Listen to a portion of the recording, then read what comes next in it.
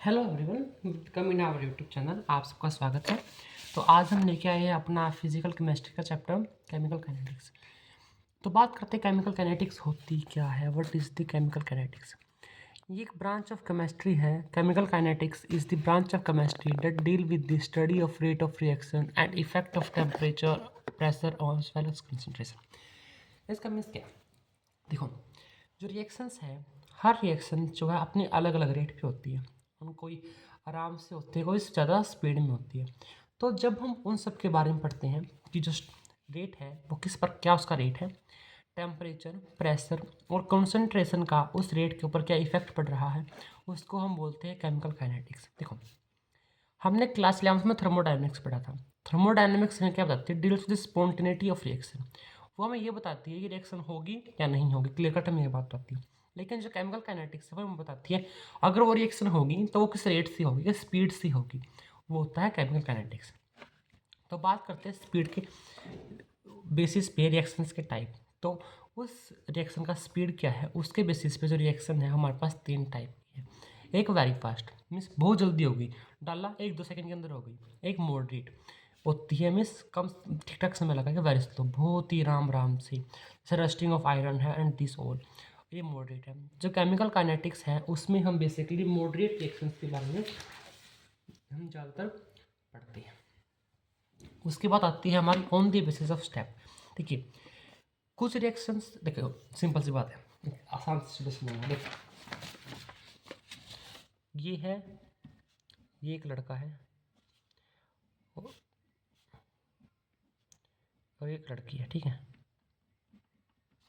ये इसको पसंद करता है, ये इसके पास गया, इसने कहा I love you, I like you, जो भी इसने कहा, इन दोनों की सेटिंग हो गई, ठीक है। क्या हुआ? एक स्टेप हुआ, ये गया, इसने कहा, काम हो गया। तो ये होगी सिंगल स्टेप रिएक्शन। कौन क्या होगी? ये होगी सिंगल स्टेप रिएक्शन। ऐसी रिएक्शन जो एक स्टेप में होगी, उसका काम बन गया। क्योंकि ये अच्छा लड़का था, ये बोलने में 30 सेकंड तक बात कर ली। अब एक ये लड़का है,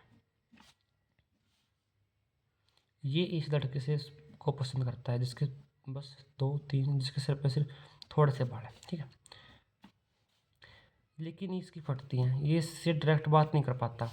तो इसने क्या कहा, इसका मान लीजिए इसका नाम है रामलाल, इसका नाम है बबीता। रामलाल ने कहा मजनू को, मजनू मजेदार को, मजनू मजेदार ने कहा कलुआ को, कलुआ ने कहा श्यामलाल को, श्यामलाल ने कहा बबीता की दोस्त कमिता को, कमिता ने कहा अंजलि को, अंजलि ने कहा रामलाली को, रामलाली ने कहा बबीता को। तो इसकी बात इसके पास ऐसे ऐसे पहुंच गई और इसने फिर हाँ बोल दी, फिर ये डायरेक्ट बात करने लगी। तो ये क्या है? ये होगी मल्टी स्टेप रिएक्शन।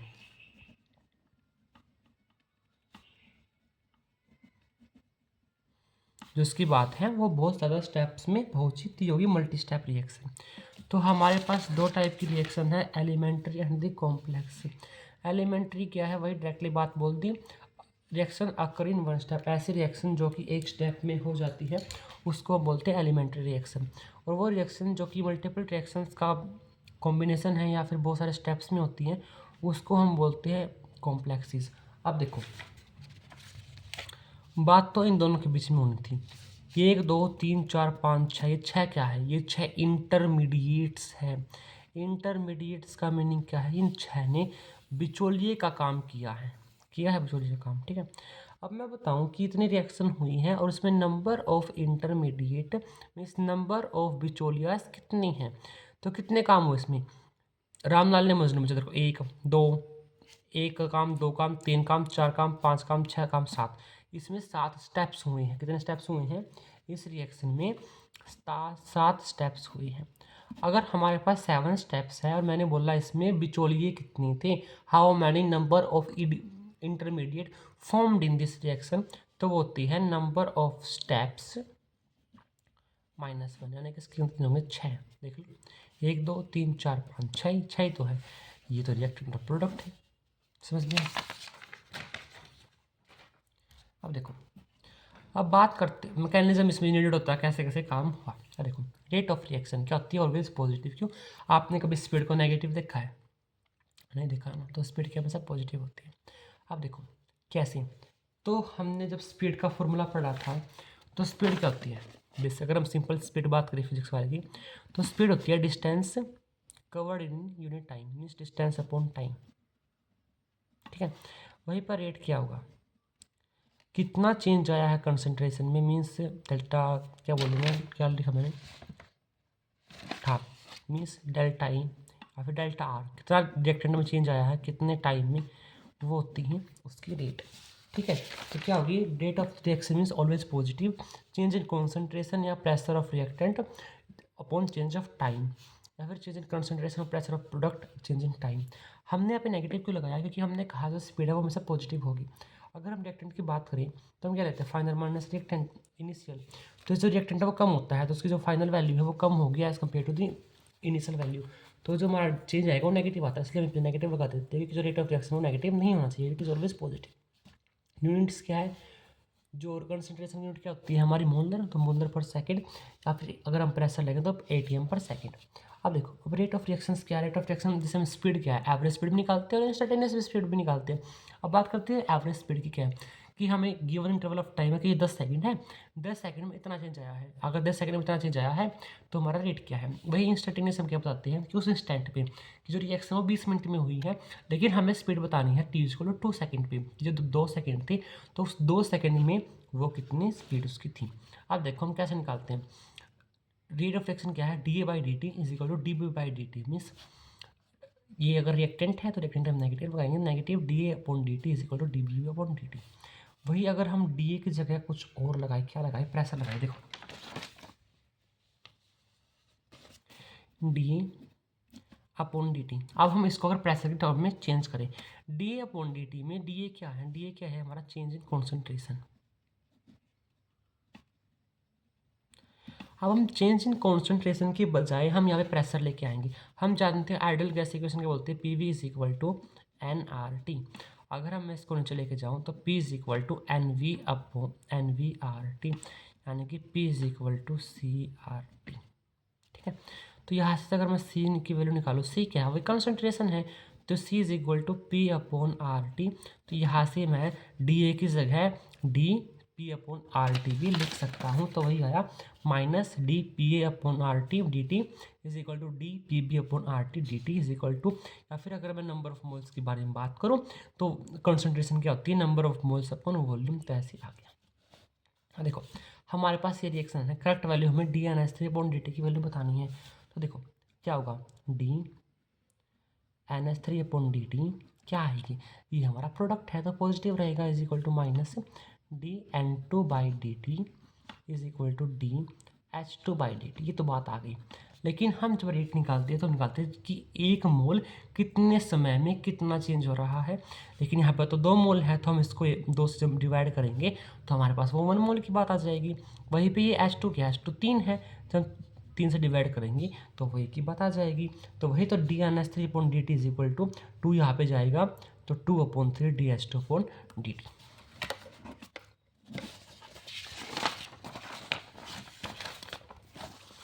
अब नेक्स्ट देखो, एग्जाम्पल्स क्या है मॉडरेट रिएक्शंस के, हमने कहा हम तो मॉडरेट रिएक्शन पढ़ेंगे, हम नहीं पढ़ेंगे फास्ट, वेरी फास्ट और वेरी स्लो रिएक्शन।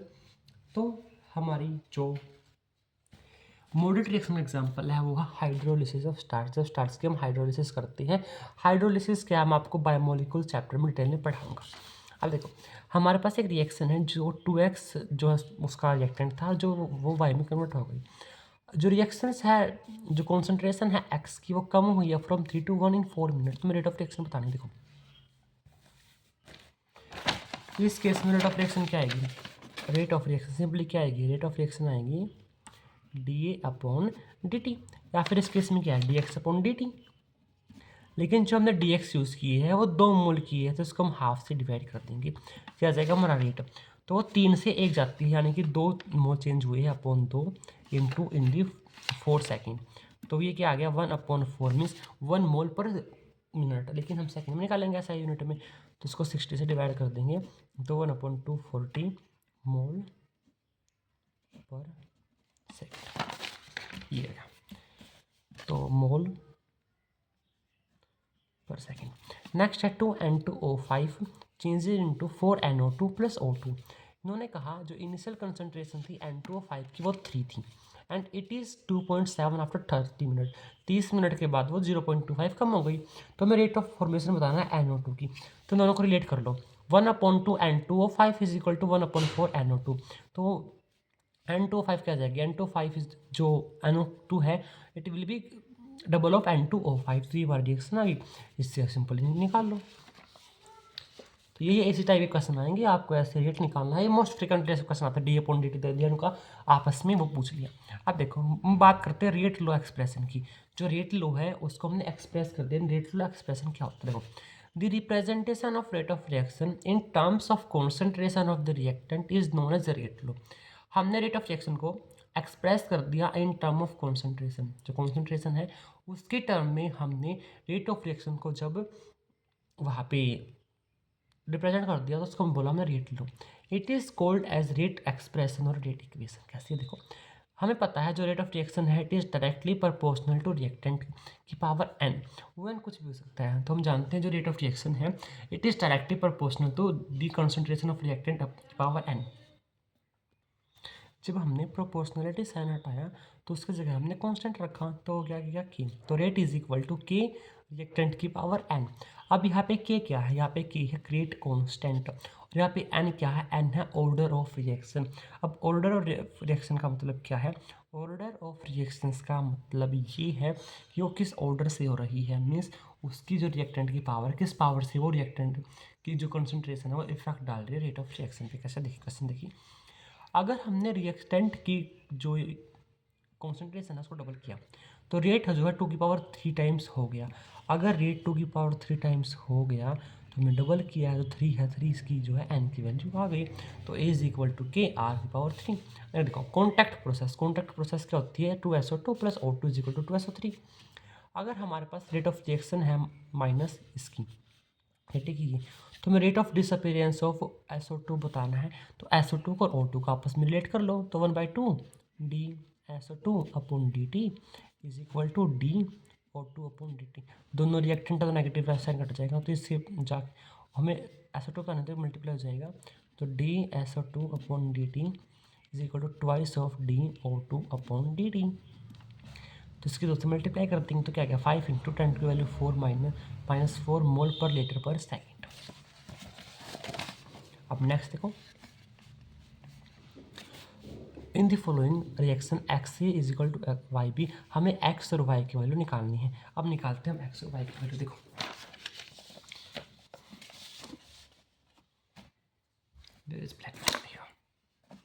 हमें पता है जो रेट ऑफ रिएक्शन होता है वो क्या होता है, अगर हमारे पास अगर हमारे पास यही रिएक्शन है तो हमारे पास क्या होगा, ये सिंपली क्या आएगा, minus dA/x dt is equal to dB/y dt। ठीक है, अब मैं क्या किया, मैंने x को साइड ले गया मैं, तो क्या बन गया minus dA/dt is equal to x/y dB/dt। अब मैंने इन दोनों को लॉग ले लिया, मैंने इसका लॉग लिया तो क्या आया, लॉग साइन को भूल जाओ, ठीक है, हम बेसिकली सिंपली लॉग की बात करेंगे, फिर ले भी लो साइन।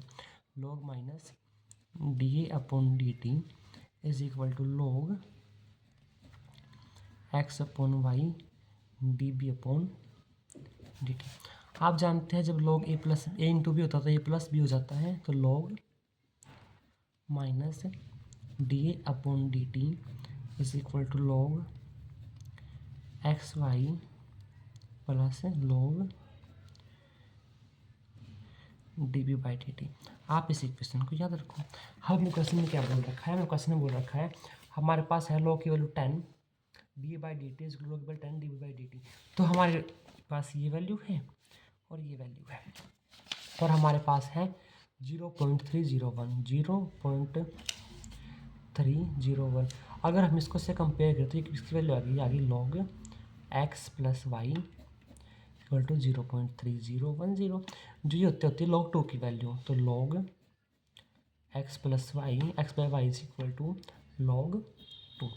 log से log कट गया तो x upon Y is equal to 2।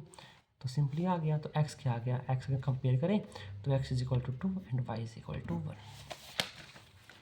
अब देखो a power A B B is equal to product, तो A plus B B is equal to product. जो रेट है it is directly proportional to A की power x, या फिर ए की power ए भी लिख लो, बी की पावर बी लिख लो।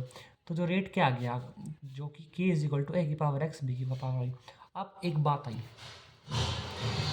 x and y may not be equal to stoichiometric coefficient because order is an experimental quantity।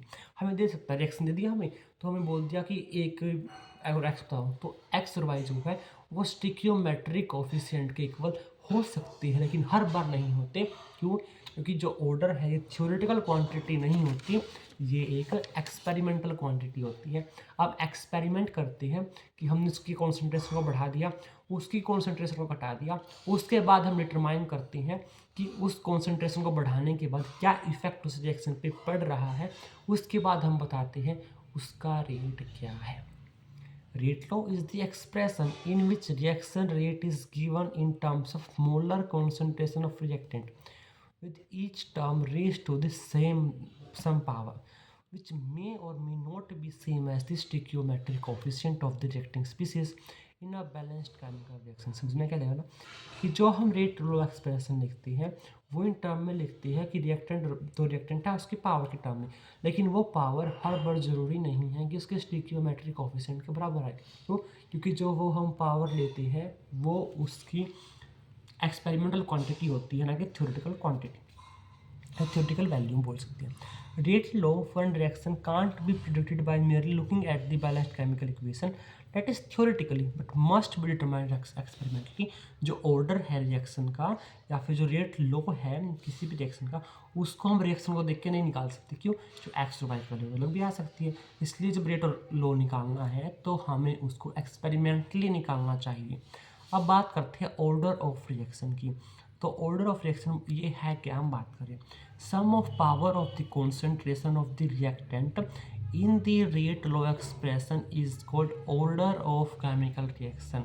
तो जो ऑर्डर है केमिकल रिएक्शंस का, जो हमने रेट लॉ निकाला है, तो जो उसमें पावर आती है, जब हम उन पावर्स को ऐड करते हैं then we will get our the order of reaction. तो ऑर्डर ऑफ रिएक्शंस की वैल्यू क्या होगी, sum of the powers of reactant, concentration of reactant in rate law expression is known as its order। Rate of reaction varies exponentially with time of the reaction। जो rate है reaction का वो very करता है exponentially. कैसे very कर सकता है? The concentration of reactant in a reaction vary exponentially। जो कॉन्सेंट्रेशन है वो भी एक्सपोनेंशियली वेरी करता है। No reaction take place with uniform rate throughout the course of the reaction. अब मैं स्टेटमेंट को समझाऊंगा। देखो मैंने कहा कोई भी रिएक्शन का रेट थ्रू आउट कॉन्स्टेंट नहीं रहता। क्यों रहता? देखो रेट क्या है, रेट है d A upon d T, मतलब मैं आपको सिर्फ मैग्नीट्यूड की बात कर रहा हूँ, ठीक है। अब देखो D A upon d T, जो हमारा कॉन्सेंट्रेशन है वो टाइम के साथ घट रही है क्योंकि रेट है उसका। तो जो डी ए है, डी ए की वैल्यू क्या है, घट रही है समय के साथ। जब वो समय के साथ घट रही है, जब वो समय के साथ घट रही है तो उसका जो रेट है वो भी घट रहा है। तो there is no reaction that occur uniform rate throughout the course of reaction.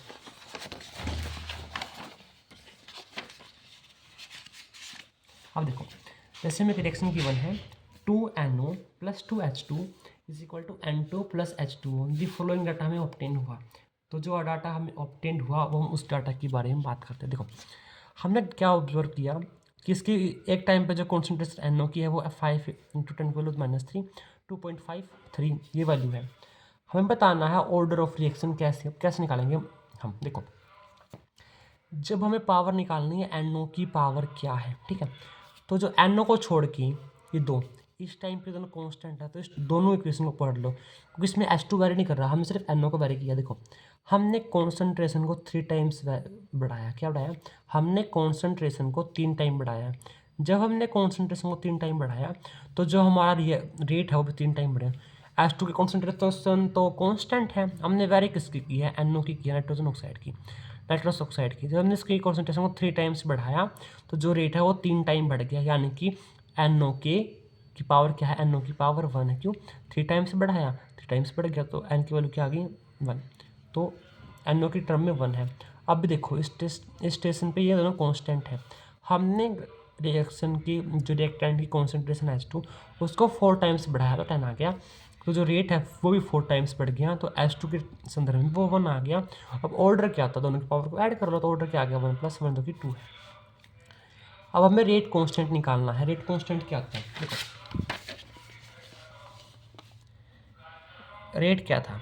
Rate था कि ए पी। अब हमें क्या निकालना है? हमें निकालना है के की कॉन्सेंट्रेशन। तो के क्या आ जाएगा? के आ जाएगा रेट अपॉन ए बी। तो किसी भी टाइम पे हम पहले को पकड़ लेते हैं, पकड़ लो इनको, तो क्या होगा? इन दोनों की मल्टीप्लाई करके इससे डिवाइड कर दो तो हमारे के की वैल्यू आ जाएगी। अब हमें बताना है, हमें इनिशियल रेट निकालना है। अगर NO = H2 की वैल्यू ये आ जाए तो इनिशियल रेट कैसे निकाल लेंगे? तो ये निकाल लो, रेट = के, कौन सी है? NO है और H2 है। हमने के की वैल्यू स्टेटमेंट में निकालनी है और हमें इन दोनों की कॉन्सेंट्रेशन गिवन है, दी है इस क्वेश्चन में, तो पुट करके निकाल लो। अब नेक्स्ट क्वेश्चन देखो, for the given rate expression this the overall order क्या है? जो दोनों की पावर है उन दोनों की पावर को ऐड कर लो, तो 3/2 - 1 दैट इज 1/2। देखो dinitrogen peroxide decomposes as N2O5 = NO2 + ½ O2। अगर DN2O5 जो है dt = K-N2O5, ओके।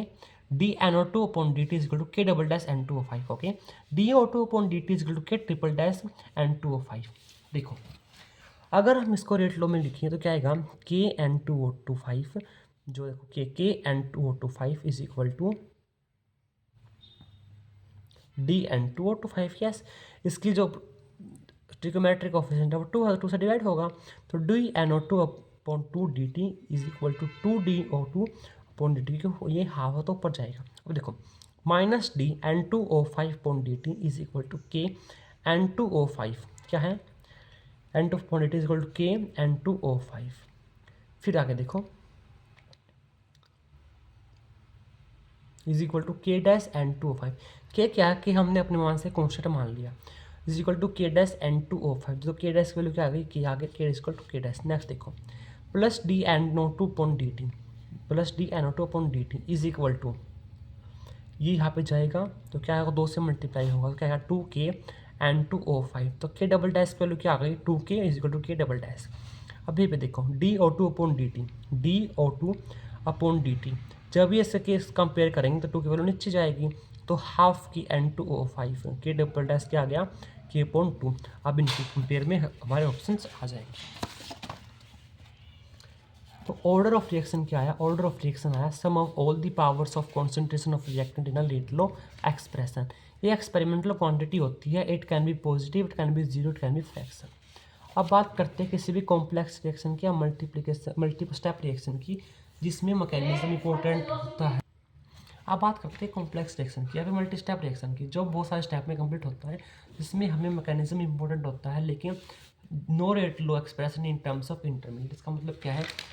जो मैंने कहानी सुनाई थी रामलाल की और बबीता की, तो जो दोनों कहानी है इसमें जब हम रेट लो एक्सप्रेशन लिखेंगे तो हम इन ये मंजनू मजेदार कलुआ श्यामलाल कमिता अंजलि राम लल्ली की बात नहीं करेंगे, हम सिर्फ रामलाल और बबीता की बात करेंगे। तो वहीं पे जो रिएक्टेंट हमारा जो रिएक्टेंट है और जो लास्ट प्रोडक्ट है हम उसकी ही बात करते हैं। अब देखो मान लीजिए हमारे पास एक रिएक्शन है जो ए से पी गई। जब वो रिएक्शन ए से पी गई तो जो पहला स्टेप था वो था ए से बी बनना, जो कि फास्ट स्टेप था और यहाँ पे इक्विलिब्रियम इस्टेब्लिश हो गया। दूसरा स्टेप था 2B से C बनना, जो कि स्लोवेस्ट स्टेप था। थर्ड स्टेप था C से P बनना, जो कि फास्ट था। मीन्स हमारे पास एंड में तो A से P बनना, लेकिन बीच में 3 इंटरमीडिएट भी बने। क्या? एक तो 3 सॉरी दो इंटरमीडिएट बने बी और सी। अब देखो ये फास्ट रिएक्शन है, तो फास्ट रिएक्शन है तो इक्विलिब्रियम जो इस्टेब्लिश हुआ, अगर इक्विलिब्रियम इस्टेब्लिश हुआ तो यहाँ पर जो हम के इक्विलिब्रियम लिख सकते हैं। इक्विलिब्रियम क्या आएगा, बी की कॉन्सेंट्रेशन जो रिएक्ट प्रोडक्ट है और अपॉन ए की concentration is equal to delt जो बी की कॉन्सेंट्रेशन क्या आ गई के इक्विलिब्रियम इनटू ई। अब ये स्लोवेस्ट ट्रैप में एक बात याद रखो, जो स्लोवेस्ट ट्रैप होता है वही रेट डिटरमाइन करता है। क्यों? क्योंकि वो आराम से चल रहा हो तो रेट डिटरमाइन करेगा, कितनी जल्दी रिएक्शन कंप्लीट होगी। तो रेट की वैल्यू क्या आएगी, रेट की वैल्यू जो क्या होती है, जो कॉन्सेंट्रेशन की पावर पर डिपेंड करती है, तो रेट क्या आएगा, रेट इज इक्वल टू के बी की पावर 2। लेकिन एक बात यहाँ से निकली, बी तो हमारे पास रिएक्शन में है ही नहीं और हम इंटरमीडिएट तो रखना ही नहीं है। तो आपको फिर क्या देखना, आपको देखना है बी को हम किस तरह से रिएक्टेंट की फॉर्म में डिस्प्लेस कर सकते हैं। तो देखो ये स्लोवेस्ट स्टेप है। अब देखो बी को हम क्या लिख सकते हैं, बी को हम लिख सकते हैं के इक्विलिब्रियम ए। तो यहाँ से हम इसकी फॉर्म में लिख देंगे तो हमारे पास जो ऑर्डर है वो 2 आ गया। अब आया समझ। नेक्स्ट क्वेश्चन देखो, A2 जो है ए में कन्वर्ट हुआ, जो बी ए प्लस B2 है वो ए बी और प्लस बी में होगा, जो ए प्लस बी है वो ए बी में होगा, और जो हमारे पास ओवरऑल रिएक्शन थी वो थी ए से B2, जो हमारी रिएक्शन थी वो थी ए से B2 बनना। अब देखो ए से B2 बनना, लेकिन हम क्या करेंगे, हम स्लोवेस्ट स्टेप देखेंगे। तो जब हमने स्लोवेस्ट स्टेप देखा तो जब हमने स्लोवेस्ट स्टेप देखा और उसमें हमने रेट लो एक्सप्रेशन लिखा, तो रेट क्या है, rate is equal to K ए की पावर और B2 की पावर, दोनों की पावर 1 थी। अब देखो हमारे पास ए तो था, अब देखो जो हमारे पास एंड में बचा वो बचा हमारे पास ए B2। तो B2 तो हमारे पास है, ठीक है। जब B2 तो हमारे पास है तो हमें ए को अब ए को बदलना होगा। तो ए को बदलने के लिए हम इक्विलिब्रियम का यूज़ करेंगे। तो K equilibrium is equal to A की power square upon A2 is equal to A की क्या आ गई हमारे पास वैल्यू, वो आ गई A2 की पावर हाफ। तो ए की जगह हम A2 की पावर हाफ लिख सकते हैं। तो हमारे पास रिएक्शन थी A2 plus B2 is equal to AB। तो दोनों की फॉर्म में हमारे पास आ गया A2 की हाफ पावर और B2 की 1 पावर। तो ऑर्डर क्या आ गया, ऑर्डर आ गया डेढ़। ऑर्डर के बाद हम बात करते हैं मोलिकुलैरिटी की। अब हम बात करते हैं मोलिकुलैरिटी की। मोलिकुलैरिटी का मीन्स क्या, एक रिएक्शन है उसमें कितने मोलिक्यूल्स आपस में रिएक्ट कर रहे हैं ताकि वो प्रोडक्ट को ऑब्टेन कर सके, तो उसको बोलते हैं मोलिकुलैरिटी। मोलिकुलैरिटी क्या है, नंबर ऑफ रिएक्टिंग स्पीसीज। वो स्पीसीज एटम भी हो सकते हैं, आयंस भी हो सकते हैं, मोलिक्यूल्स भी हो सकती हैं, taking part in an elementary reaction which collide simultaneously in order to bring about a chemical reaction. Means क्या है, कितनी स्पीसीज आपस में रिएक्ट कर रहे हैं, कोलाइड कर रहे हैं एक साथ, ताकि वो रिएक्शन कंप्लीट करके एक फाइनल प्रोडक्ट हमें दे सके, उसको हम बोलते हैं मोलिकुलैरिटी। ये एक थ्योरेटिकल कंसेप्ट है, इसकी जो वैल्यू है थ्योरेटिकल हम निकाल सकते हैं, लेकिन इसकी जो वैल्यू है एक्सपेरिमेंटली निकालने की जरूरत नहीं है। देखो ये रिएक्शन थी हमारे पास, ए से पी बना, तो क्या है, ए है कि कुछ मोलिकुल्स आपस में टकरा रहे हो तो पी बना दिया। ऐसे ही देखो इसमें क्या था, A2 plus B2 is equal to AB। A2 और B2 आपस में टकरा रहे थे, उन्होंने AB बना दिया। तो मोलिकुलरिटी क्या होगी इसकी, दो। इसकी मोलिकुलरिटी क्या होगी, दो, एक आपस में टकरा रहे हैं। तो जो मोलिकुलरिटी है वो 3 से ज़्यादा वेरी रेयर है। ये कभी भी जीरो नहीं हो सकती, कि मोलिकुल जीरो नहीं हो सकते। मोलिकुल्स का नंबर कभी नेगेटिव नहीं हो सकता, मोलिकुल्स का नंबर कभी फ्रैक्शंस में नहीं जा सकता। And for a multi step reaction molecularity of each elementary reaction is defined but no overall molecularity is defined. मतलब एक मल्टी स्टेप रिएक्शन है, मान लीजिए पहले स्टेप में 3 आपस में टकराए, दूसरे में 2 टकराए, चौथे में 1 टकराया, पांचवें में 5 टकराए, तो उनकी अलग अलग स्टेप पे अलग अलग मोलिकुलरिटी तो हम बता सकते हैं, लेकिन उनकी ओवरऑल मोलिकुलरिटी हम नहीं बता सकते। आई होप ये आपको समझ में नहीं आया, तो नहीं आया, मैं क्या करूँ, खुद देखो मैं समझ नहीं आया। आगे देखो अब यूनिमोलिकुलर क्या है, एक ही मोलिक्यूल आपस में टकरा रहे हैं। जैसे साइक्लोप्रोपेन से प्रोपीन बनना, O3 से O2 प्लस O बनना, N2O5 से N2O4 प्लस हाफ O2 बनना, सभी में रिएक्टेंट एक है, यही टकरा रहे हैं आपस में, इन्होंने रिएक्शन कर दी। बायोमोलिकुलर इसमें से 2 रिएक्टेंट आपस में रिएक्ट करेंगे, NO plus O3 NO2 plus O2, 2HI is equal to H2 plus I2। अब बात करते हैं टर्म मोलिकुलर की। टर्म मोलिकुलर में क्या होता है, 2 मिलेंगे, 3 मिलेंगे, 2 NO plus O2 is equal to 2 NO2, 2 NO मिले और 1 O2 मिला। तो पास में अब हम बात करते हैं रेट कांस्टेंट की यूनिट की। देखो हमने कहा ये दोबारा क्या, क्योंकि इससे हम यूज़ करेंगे, ठीक है। मैंने कहा जो के है it is equal to rate upon A plus B. अब बात करते पहले रेट की यूनिट निकालते, ठीक है। तो रेट क्या है, रेट है change in concentration upon time, ठीक है। आप पुट कर दो, देखो इसकी मैं ऐसे लिख रहा हूँ क्या, क्यों, यहाँ पे कॉन्सेंट्रेशन की हम यूनिट निकलेंगे, तो सी सी, तो ये भी क्या सी सी सी करती मैं मरूँ हवा के झोंके से, तो सी अपॉन सी, सी और टी, एक सी से सी कट गया, सी से सी कटेगा और वन सा सी और विदा सी, तो के की कांस्टेंट जो है रेट कांस्टेंट की वैल्यू क्या आ गई, ये आएगी, इसकी यूनिट आएगी 1 अपॉन सी और टी। अब यहाँ पे जो कॉन्सेंट्रेशन है ये क्या है, ये है मोल पर लीटर, तो पुट कर दो, क्या आ गया 1/मोल पर लीटर इंटू टाइम, लीटर ऊपर जाएगा तो क्या आ गया लीटर पर मोल पर टाइम, तो आ गया ठीक है। अब इन्होंने क्या काम किया, इन्होंने किया कि यहाँ पे जो एन की वैल्यू इन्होंने पुट कर दी, तो एन की वैल्यू पुट करो नहीं करो आपकी मर्जी है, तो इन्होंने क्या किया, इन्होंने यहाँ पे एन की वैल्यू पुट कर दी, तो मोल पर लीटर पर सेकंड अपॉन मोल पर लीटर, यहाँ पे एन जो है उसकी रेट कॉन्स्टेंट के ऑर्डर के ऊपर डिपेंड करता है, इसका ऑर्डर क्या है, तो ये ऊपर जाएगा तो मोल एन में से मोल कटेगा तो mole 1 - n L n -1 second inverse. अब देखो अगर हमें निकालना हो ना कि इसका ऑर्डर क्या है, जो लीटर की यूनिट है ना उसमें 1 ऐड करता हूँ, जो आएगा ना वो उसका ऑर्डर हो जाएगा, ठीक है, ठीक है। अगर यहाँ पे मैं 1 ऐड करूँगा तो क्या है 0, मान लीजिए जैसे हमारे पास, मैं आपको बताता हूँ, देखो the chemical reaction 2O3 is equal to 3O2 proceeds by following mechanism, निचले मैकेनिज्म से फॉलो करते हैं, जैसे O3 is equal to O2 plus O plus O3 is equal to 2O2, ये फास्ट है ये स्लो है, स्लो है इट इज रेट डिटरमाइनिंग, तो यहाँ पे जो रेट लो एक्सप्रेशन क्या आएगा R is equal to KOO3 means, अब मैं क्या करूँगा, जो हमारे पास ओवरऑल रिएक्शन थी उसमें O3 तो है, O3 तो है, लेकिन उसमें O तो नहीं है, अब मुझे O को रिप्लेस करना होगा इन फॉर्म ऑफ O3, ठीक है। तो उसको रिप्लेस करने के लिए मैं क्या करूँगा, के इक्विलिब्रियम निकालूंगा, के इक्विलिब्रियम निकालने के लिए हम क्या करेंगे, फास्ट रिएक्शन का निकलेगा, तो क्या आएगा O2 plus O upon O3, तो जब हम O निकालेंगे तो क्या आएगा के इक्विलिब्रियम O3 अपॉन O2, तो यहाँ पे इसकी वैल्यू पुट कर दो O की, पुट कर दी तो क्या हुआ O3 अपॉन O2, तो O2 की वैल्यू -1 आ गई, O3 की स्क्वायर आ गई, समझ में आया। अब नेक्स्ट देखो,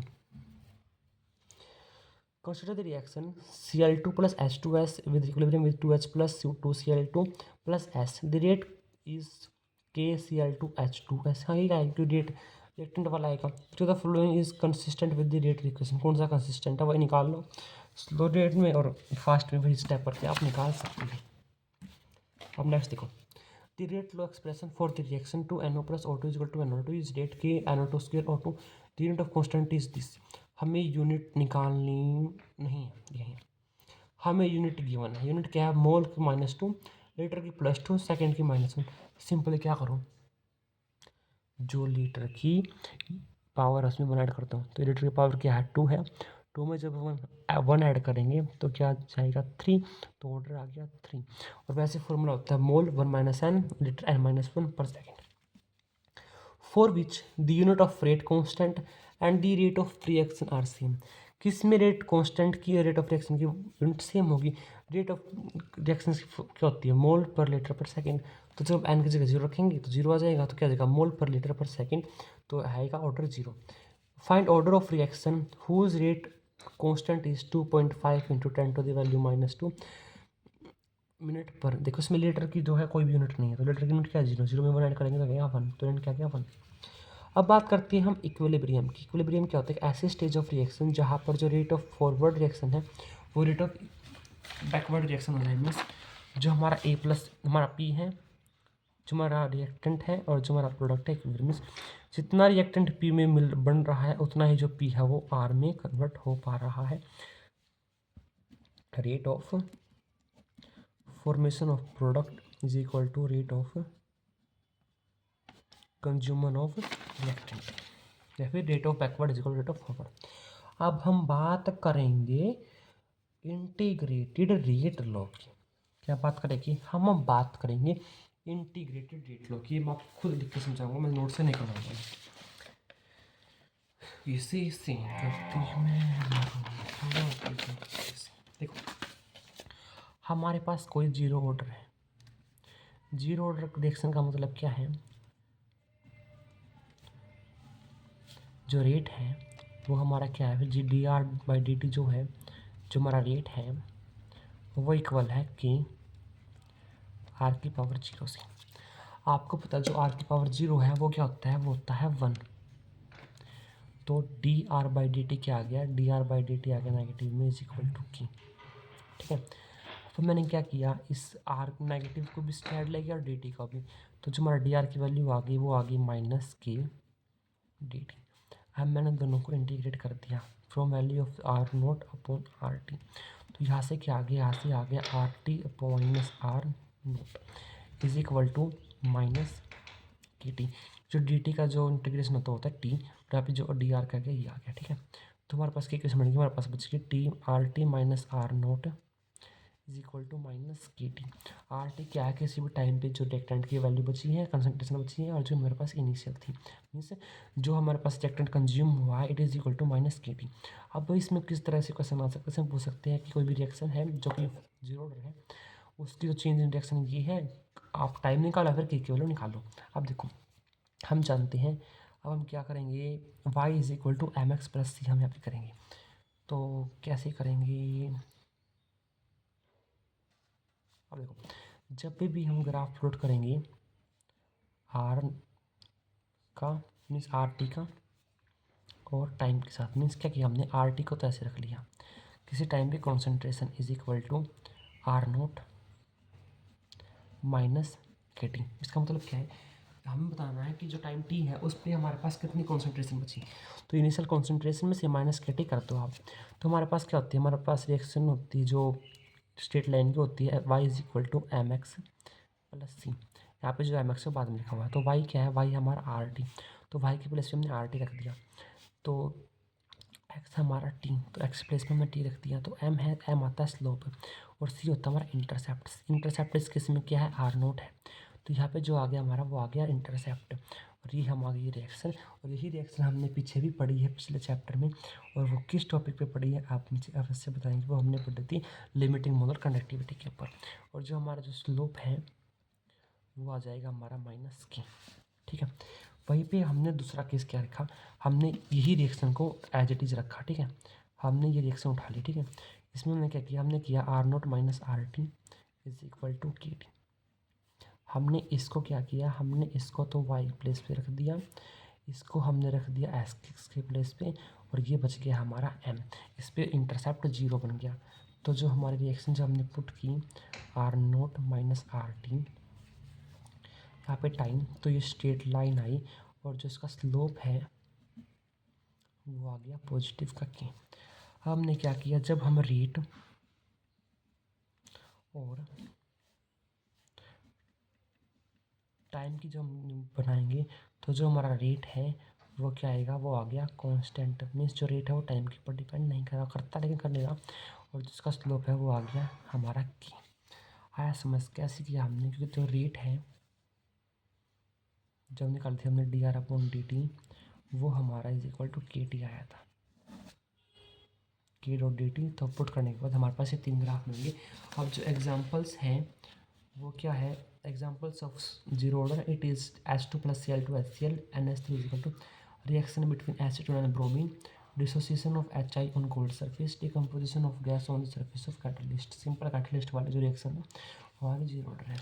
हम निकालते हैं टी हाफ। टी हाफ का मतलब क्या है, एक ऐसा टाइम जिस टाइम पे जो हमारे जो आर टी है वो आर नोट का हाफ हो जाएंगी।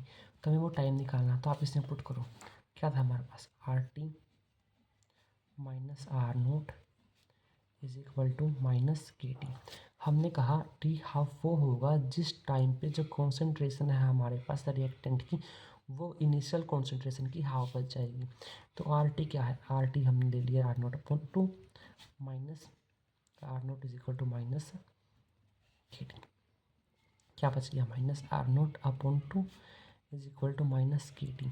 इससे ये गया, तो टी क्या बच गया हमारा, टी बच गया हमारा आर नोट के नीचे आएगा अपॉन ओके, तो ये आ गया टी हाफ, जिस पे जो हमारी कॉन्सेंट्रेशन है रिएक्टेंट की वो हाफ हो जाएगी।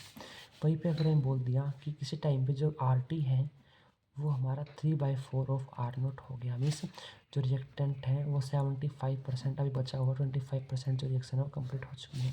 तो क्या आ जाएगा, वो आ जाएगा आर नोट अपॉन 4 के। तो ऐसे ही आप निकालते रहेंगे। T25 का मतलब क्या है कि वो 25% जो रिएक्शन है वो कंप्लीट हो चुकी है और हमारे पास 75% जो रिएक्टेंट है वो बचा हुआ है।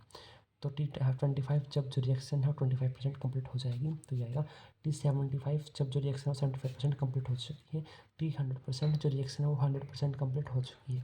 तो जितने परसेंट वो कंप्लीट हो चुकी है। टी हाफ क्या था, जब वो ऐसा टाइम जो रिएक्टेंट है वो हाफ हमारे पास बच जाए, मीन्स T50 था। ठीक है, T50 था, 50% जो कंज्यूम हो उसका 50% बचा है। ये बात होती है हमारे जीरो ऑर्डर रिएक्शन की।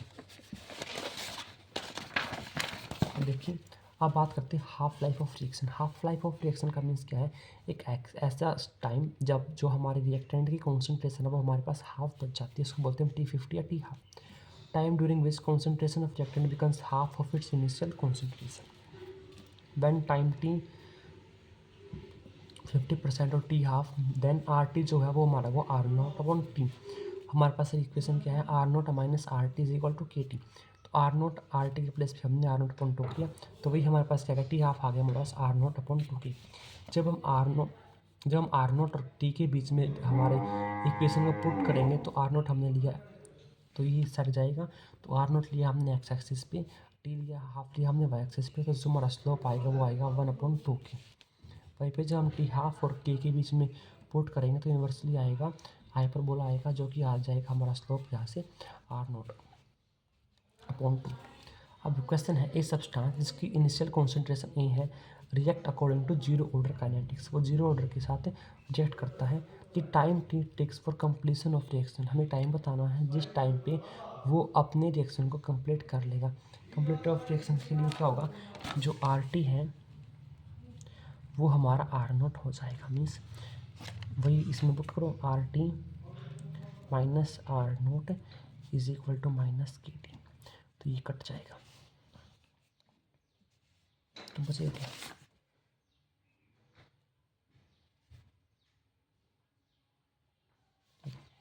तो टी 100% हमें निकालना है कि जो हमारा रिएक्टेंट है वो 100% कंप्लीट हो चुका है। इसके लिए कर देंगे, हम कर देंगे ट्वाइस ऑफ T50। T50 का आप याद रखो, T50 का निकाला था हमारा आर नॉट अपॉन टू की। हमें क्या निकालना, हमें निकालना T 100%। T 100% क्या आएगा, ट्वाइस ऑफ T 50%। तो कर दो multiply 2 into R naught upon two की, 2 से 2 गया तो ये गया आर अपॉन के, या फिर ए अपॉन की जो हमारी इनिशियल कॉन्सेंट्रेशन थी। तो मुझे समझ में आर नोट अगर ये बराबर हो गए दोनों तो ये कट के जीरो हो जाएगा, तो टी की वैल्यू जीरो आएगी। I will think about it then I will tell you. देखो आगे क्या है,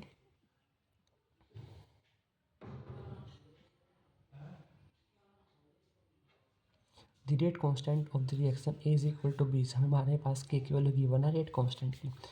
अगर जो इनिशियल कॉन्सेंट्रेशन है ए की वो 5 m है, then the concentration of B after 20 minutes. तो हमें बतानी है 20 मिनट के बाद कॉन्सेंट्रेशन ऑफ बी क्या बचेगी। सिंपली हमें एक से मतलब ही नहीं है, तुम्हारे पास क्या प्रोडक्ट निकालना है, जीरो ऑर्डर रिएक्शन है। इससे हमें क्या पता चला, लेटर में जब हमने 1 ऐड किया तो लेटर की वैल्यू जीरो होगी, मीन्स जीरो ऑर्डर रिएक्शन है। तो जब जीरो ऑर्डर रिएक्शन है तो उसमें जो प्रोडक्ट है वो सिंपली के टी आ जाता है। के क्या है, 1 सेकंड में कितना प्रोडक्ट बनेगा टाइम में। तो के हमारी वैल्यू दे रखी है हमारे पास 0.6 इंटू 10⁻³ इसकी हमने 20 मिनट से मल्टीप्लाई कर दी, 20 इंटू 60 जो आ गया हमारा 0.7। तो बात याद रखना, अगर जीरो ऑर्डर रिएक्शन होगी तो प्रोडक्ट है it will be equal to K T. K क्या है हमारा जो रेट कॉन्स्टेंट। आगे है for a order reaction, for a zero order reaction a graph of concentration along y axis and time along x axis is linear with, किसके साथ linear होता है, a non zero intercept and a negative slope। ये वही है जो हमने graph बनाए थे ना, ये मैंने बना के ग्राफ बनाए थे मैंने, ये इनमें से क्वेश्चन पूछा गया। तो क्या पूछा ना, zero direction graph of concentration along Y axis पे हमने कॉन्सेंट्रेशन लिया जो टाइम टी पी है। यहाँ पे हमने टाइम लिया तो ये रहा आर नोट जो हमारा इंटरसेप्ट है, जो पॉजिटिव इंटरसेप्ट है। स्लोप जो है वो हमारा नेगेटिव जो माइनस की है। नेक्स्ट है for gaseous reaction rate is equal to K A B. हमारे पास कोई गैसियस रिएक्शन है जिसका रेट जो है वो के कॉन्सेंट्रेशन ए और बी पे डिपेंड करता है। अगर जो वॉल्यूम ऑफ कंटेनर है वो हमने 1/4 कर दी तो हमारा जो रेट है वो क्या होगा। देखो रेट क्या है, रेट दे रखे उन्होंने के ए की पावर 1 और बी की पावर 1। तो जो हमारा ऑर्डर है वो क्या आ गया, ऑर्डर आ गया हमारा 1 + 1 इज इक्वल टू 2। तो 2 टाइम्स है। इन्होंने कहा जो हमने वॉल्यूम है वो 1/4 कर दी। तो जो वॉल्यूम है वो हमने अगर 1/4 कर दी तो जो मोलैरिटी क्या होता है वो होता है नंबर अपॉन वॉल्यूम। तो molarity is equal to inverse proportional V. अगर वॉल्यूम घटा है तो मोलैरिटी बढ़ेगी तो 4m होगी। मीन्स कॉन्सेंट्रेशन हमने 4 टाइम बढ़ा दी तो क्या आ जाएगा 4 की power 2 is equal to 16 times. जो हमारा रेट है वो 16 टाइम्स बढ़ जाएगा। नेक्स्ट क्वेश्चन है the reaction 2A is equal to B + C would be 0 if. क्या होगा, क्या हमारे पास सिचुएशन है जिस सिचुएशन में जो ये रिएक्शन है ये हमारी जीरो ऑर्डर होगी। किस सिचुएशन में rate of reaction remains the same for all concentration of A. कि किसी भी कॉन्सेंट्रेशन पे अगर हम रेट को डिटरमाइन करेंगे तो जब अगर रेट की वैल्यू कांस्टेंट रहेगी तो हमारे जो ऑर्डर है जीरो है, क्योंकि हम पता है जो जीरो ऑर्डर रिएक्शन है उसका जो रेट है वो कांस्टेंट रहता है, वो कॉन्सेंट्रेशन के ऊपर डिपेंड नहीं करता। In a reaction 2 is equal product the concentration of A decreases from 0 to 5 in 10 minutes. The average rate हमें बताना। देखो dA/2 dt अब कितना चेंज हुआ है, वो है 0.5 से 0.4। तो 0.1 अपॉन 2 इंटू टाइम क्या दिया 10 मिनट्स। अब हम 10 मिनट्स हमने क्या पर मिनट में निकाल लिया। अगर पर सेकंड पूछा होता तो हम 60 से भी डिवाइड कर देते। तो ये बात होगी जीरो ऑर्डर रिएक्शंस की। तो देखो for zero order reaction which plot is correct, कौन सा प्लॉट करेक्ट है। तो वही है, अगर हम RT लेंगे तो ऐसा आएगा, T½ लेंगे तो ऐसा आएगा। ये वही है जो हमने निकाला था। ठीक है, और अगर हम यहाँ पे रेट लेंगे और अगर हम यहाँ पे टाइम लेंगे, यहाँ पे रेट है और यहाँ पे टाइम है तो ऐसे आ जाएगा, ये हमारा क्या बन जाएगा। अब हम बात करते हैं फर्स्ट ऑर्डर रिएक्शन की। नया पेज लिखते हैं, पेज तो बढ़ गया हमारे पास पेज बहुत है, पेज की तो हमारे पास कोई कमी ही नहीं है। हम पेज का तो स्टॉक पर रखते हैं, पेज की कमी नहीं होगी। दी और मिनट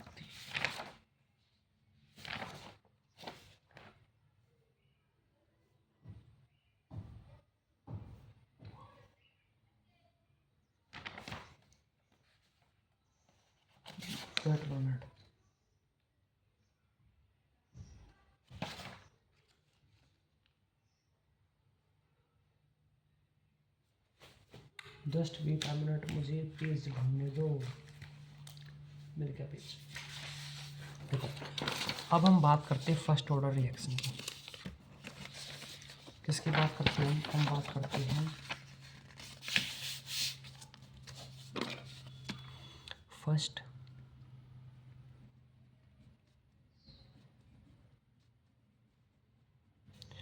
फर्स्ट ऑर्डर रिएक्शन की। तो फर्स्ट ऑर्डर में क्या आएगा, जो -dR/dt है it will be equal to rate जो है कि R की वैल्यू 1। यहाँ तक समझ में आया। तो यहाँ से हमने क्या किया, हमने dR/dt is equal to dR। तो क्या बच गया हमारे पास -dR/dt इज इक्वल टू के R यहाँ पे लगे डी इज बोलेगी तो क्या बन जाएगा -dR/R is equal to dt। जब माइनस को भी साइड ले जाओ, हमने इंटीग्रेशन किया तो क्या आएगा dR/R है, dR/dt नहीं है।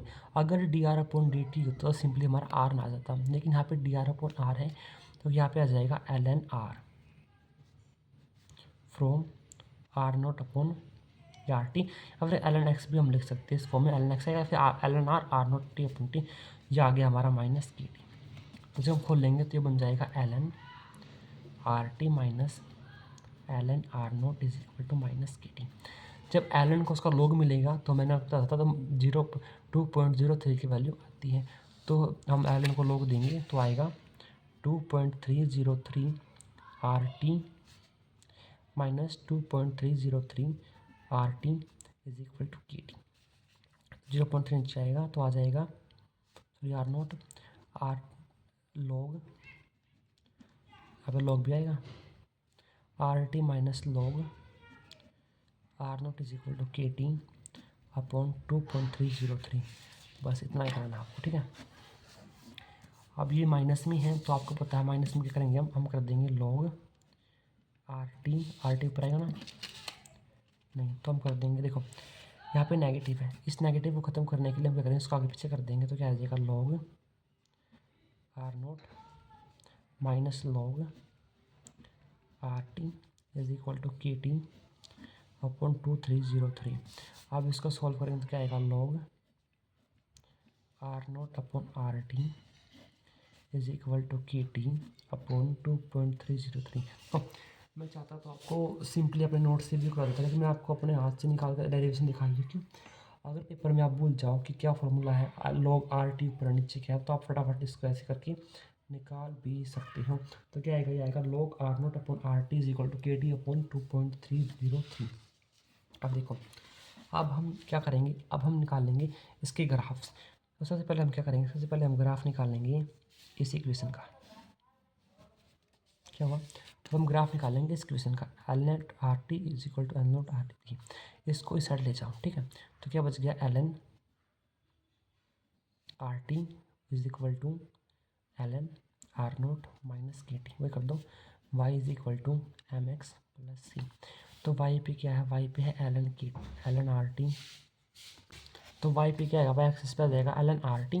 तो जब हम प्लॉट करेंगे तो यह आ जाएगा एल एन आर नोट और ये हमारा जो स्लोप वो आ जाएगा माइनस के। सिंपली पिछले की तरह है, वही जैसे पिछले में क्या था, अगर आर के टाइम निकालेंगे तो हमारा आ जाएगा रैक्टेंगल, उसमें ऐसे आया था, इसमें सिंपली ऐसे आएगा। अब जब हमने L naught R naught upon R T के साथ किया और टाइम के साथ, तो आ गया हमारा स्लोप की।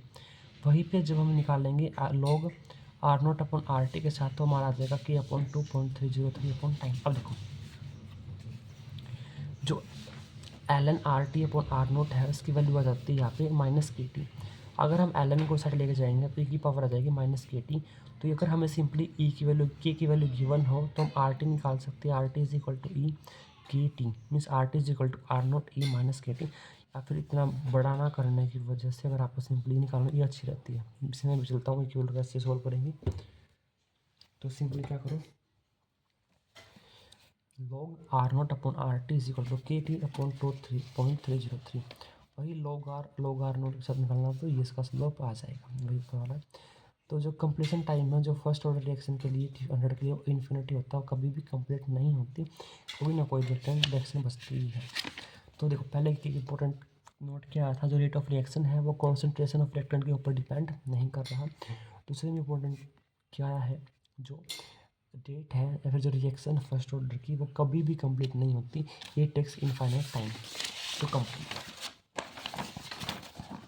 देखो इसमें बात करते हैं हम हाफ लाइफ की और टी हाफ की। हाफ लाइफ और टी हाफ का मतलब क्या, वही टाइम जिसके बीच में जो रिएक्टेंट की जो कॉन्सेंट्रेशन है वो हाफ हो जाती है और फिर इनिशियल कॉन्सेंट्रेशन मीन्स जो आर टी है वो आर नोट अपॉन 2 हो जाता है। अगर हम रिएक्शन पुट करेंगे तो L N R naught upon R T is equal to K T. अगर आर टी ऊपर करेंगे तो नेगेटिव वैल्यू आएगी, याद रखना। अब जो आर टी है it become R naught upon 2। तो जब आर नोट अपॉन 2 करेंगे तो आर नोट से आर नोट कट गया, तो L N 2 is equal to K T. जब के टी अगर हम टी हाफ निकाल लेंगे तो it will be l N R two upon K. जब हम एल एन को लॉग में कन्वर्ट करेंगे तो it will be 2.303 log 2 upon K, that will be equal to 0.693 upon K. अब एक बार करता हूँ इसको, जब हमने रेट निकालना वहाँ से क्या था हमारे पास, वहाँ से हमारे पास आया था L N R naught upon R T is equal to K T. तो हमें यहाँ पे क्या निकाला, हमें निकालना टी हाफ की वैल्यू। तो टी हाफ का मतलब क्या होता है, ऐसा टाइम जहाँ पर जो फाइनल कॉन्सेंट्रेशन है वो इनिशियल कॉन्सेंट्रेशन की हाफ हो जाए। तो क्या आएगा, वो आएगा L N R naught upon 2 पर मल्टीप्लाई में is equal to K two. R naught से आर नोट कट गया तो L N 2 is equal to K T. L N 2 क्या होता है, यहाँ से हम लॉग में कन्वर्ट करेंगे तो 2.303 log 2 is equal to K T. Log 2 की वैल्यू होती है 0.3 इंटू 2.3, तो सिंपली क्या आ जाएगा 0.693 होता है ना, हाँ। तो 0.693 is equal to K T. तो जो टी हाफ आएगा वो आएगा 0.693 अपॉन की। तो यहाँ से एक इम्पोर्टेंट जो हमारा आया है वो क्या आया है कि जो हमारा टी हाफ है इट इज़ इंडिपेंडेंट ऑफ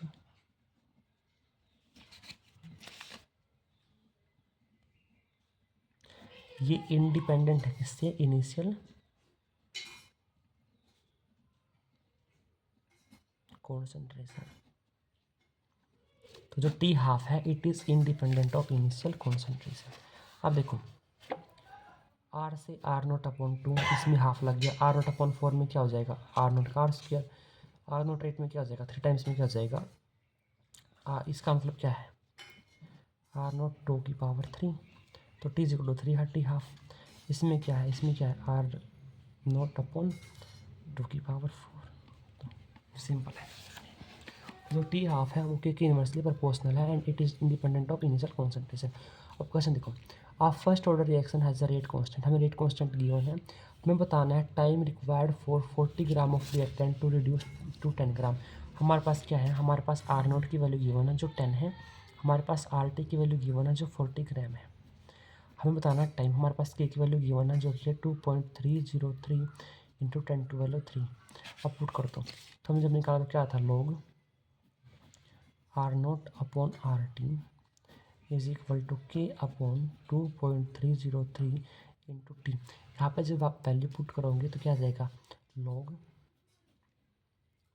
तो ये आर टी है ये आर नोट है, log 40 upon 10 is equal to this. तो यहाँ पे आ गया लॉग 4, लॉग 4 क्या होता है 0.5 समथिंग होता है।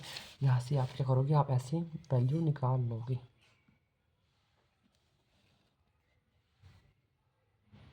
देखो एक और सिंपल है लॉग 4 को सोल्व करने के लिए, लॉग 4 को क्या लिख सकते हो, लिख सकते हैं लॉग की वैल्यू 2 का स्क्वायर 2 बार आ जाएगा तो 2 इंटू लॉग की वैल्यू 2, लॉग की वैल्यू होती है 0.301। तो यहाँ से आप ऐसे भी कर सकते हो। नेक्स्ट देखो half life period of a first order reaction is this, जो हाफ लाइफ है टी हाफ है वो ये है। तो स्पेसिफिक रेट कांस्टेंट हमें बताना है, पता है जो जो टी हाफ जब हमने निकाला था वो क्या आया था, वो सिंपली क्या आया था, वो डिपेंड नहीं करता था इनिशियल कॉन्सेंट्रेशन पे, वो आया था 0.693 अपॉन की। तो हमारे पास टी हाफ की वैल्यू गिवन है, हमारे पास की निकालना है तो क्या आ जाएगा 0.693 अपॉन टी हाफ। अब नेक्स्ट देखो फॉर रिएक्शन, रिएक्शन है ए की B, rate constant is 0.12 per second, T half is this. हमें टी हाफ निकालना है, टी हाफ क्या आ जाएगा देखो T half is equal to 0.693 upon K. यहाँ पे हमें क्या गिवन, हमें यहाँ पे गिवन रेट कांस्टेंट जो की वैल्यू ये है और टी हाफ हमने निकालना है, इसको डिवाइड कर दो। अब नेक्स्ट देखो rate of reaction is expressed, हमें एक रेट ऑफ रिएक्शन दिया है जो एक्सप्रेस की जाती है 1/c delta C upon delta T okay, 1/3 delta T upon delta T okay, -1 upon delta T okay minus D. अब देखो हमें बताना है कि मेरी रिएक्शन क्या है, देखो जहाँ पे नेगेटिव रखा होगा वो हमारा रिएक्टेंट है, जिस भी साइन आगे नेगेटिव हमारा रिएक्टेंट है, तो a plus B is equal to C plus T. अब देखो b को किसी से डिवाइड नहीं किया तो b जो है उसका एक ही मोल कंज्यूम हुआ है, तो ये a को हमने 4 से डिवाइड किया है तो 4a plus B is equal to C को हमने 2 से किया तो 2c, डी को हमने 3 से किया तो 3d, 4a plus B is equal to 2c plus 2d 3d। Next देखो expression for the half life of zero order reaction is given, हमें बताना है जीरो ऑर्डर रिएक्शन के लिए हाफ लाइफ का फॉर्मूला क्या हुआ था, T half is equal to R naught upon 2k, और वहीं पे जो फर्स्ट ऑर्डर रिएक्शन उसके लिए क्या था 0.693 upon K. The first order reaction takes this time for 50%, हमें बताना है टी 100% के लिए कितना लेगी। तो हमने पढ़ा है जो first order reaction zero order reaction है उसकी जो रेट ऑफ रिएक्शन है वो डिपेंड नहीं करती इनिशियल कॉन्सेंट्रेशन पे, और वहीं पे जो फर्स्ट ऑर्डर रिएक्शन है जो उसका रेट है वो जो उसकी रेट है वो कभी भी ख़त्म नहीं होती, क्योंकि जो इनिशियल कॉन्सेंट्रेशन वो कभी भी ख़त्म नहीं होती, जो रिएक्शन वो कभी कंप्लीट नहीं होती। अब देखो for the zero order reaction, जो जीरो ऑर्डर रिएक्शन है ए से बी प्लस सी गया, द इनिशियल कॉन्सेंट्रेशन ऑफ ए की जो इनिशियल कॉन्सेंट्रेशन है वो 0.1 है। अगर ए की जो कॉन्सेंट्रेशन है वो बन जाती है 0.08 after 10 minutes, then it's half life and completion time, हमें इसका हाफ लाइफ निकालना है और हमें इसका कंप्लीशन टाइम, हमें के नहीं दिया। सबसे पहले हम के निकालेंगे, के कैसे निकालेंगे, हमें पता है R naught minus R T is equal to K T.